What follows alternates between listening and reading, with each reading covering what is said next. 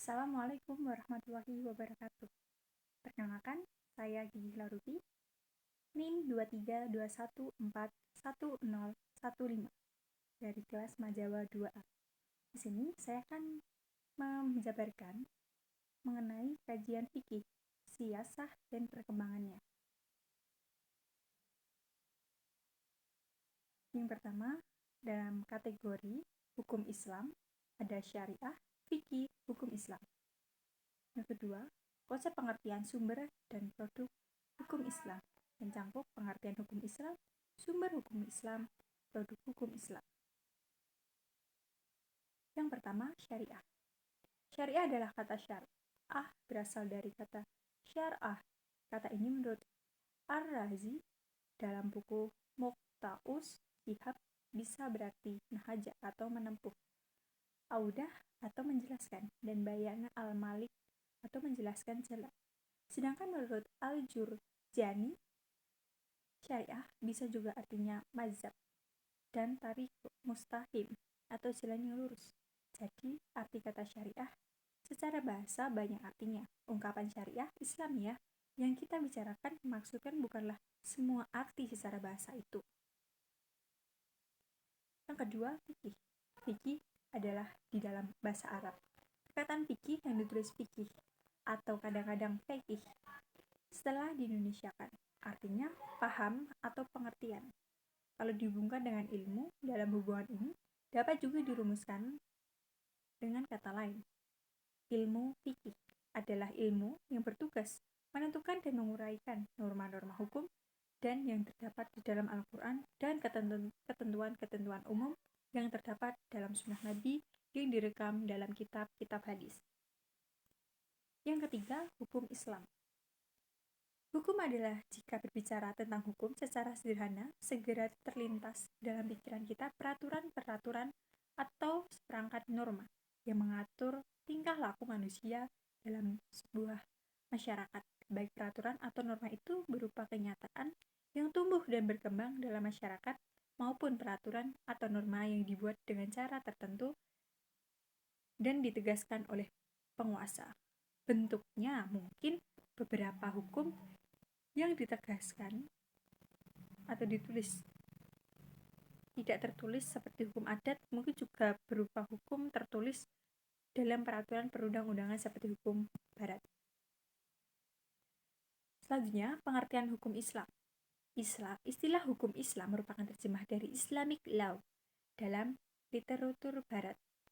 Istilah ini kemudian menjadi populer untuk lebih memberikan kejelasan tentang makna hukum Islam. Maka perlu diketahui lebih dulu arti masing-masing kata. Kata hukum secara etimologi berasal dari akar kata bahasa Arab, yaitu hakama yakumu, yang kemudian bentuk masdarnya menjadi hukum. Lafaz al-hukum adalah bentuk tunggal dari bentuk jamak al-hakam. Selanjutnya, sumber hukum Islam dari Al-Quran, Sunnah, Ijma, dan Qiyas.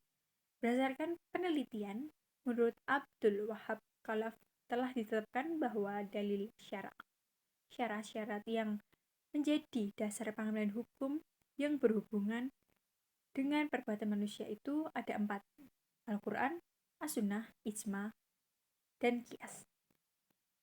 Jumhur ulama telah sepakat bahwa 4 hal itu dapat digunakan sebagai dalil. Juga sepakat bahwa urutan penggunaan dalil-dalil tersebut ada sebagai berikut. Pertama Al-Quran, kedua As-Sunnah, ketiga Ijma, dan keempat Qiyas. Lanjut dari sumber hukum Islam, ada juga akal. Beberapa dengan pandangan jumhur di antara ulama Mu'tazilah berdasarkan pandangan dalam istihbad al-hakam pada dalil akal sebagai urutan pertama sebelum Al-Quran, Sunnah, dan Ijma. Pandangan yang demikian ini tidak lepas dari pandangan teologi Mu'tazilah yang dianutnya. Dalam teologi ini, peranan akal begitu penting untuk menjelaskan berbagai persoalan teologi dan memberikan corak tersendiri terhadap persoalan hukum dan metode istibad al-hakam yang digunakannya. Selanjutnya, produk hukum Islam. Pada dasarnya, dan dengan adanya sumber produk hukum Islam, maka setidaknya ada 4 macam bentuk produk pemikiran hukum Islam yang telah kita kenal dalam perjalanan sejarah Islam, yaitu kitab-kitab, fikih, fatwa ulama, keputusan-keputusan pengadilan agama, dan peraturan perundang-undangan. Masing-masing produk hukum ini mempunyai ciri khasnya tersendiri. Kitab-kitab fikih pada umumnya yang dijadikan pedoman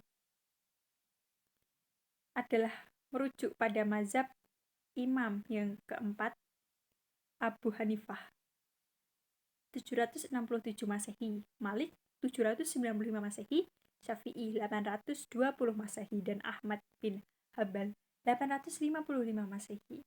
Mereka adalah tokoh fikih dan pemikiran hukum Islam yang telah melahirkan produk-produk hukum Islam.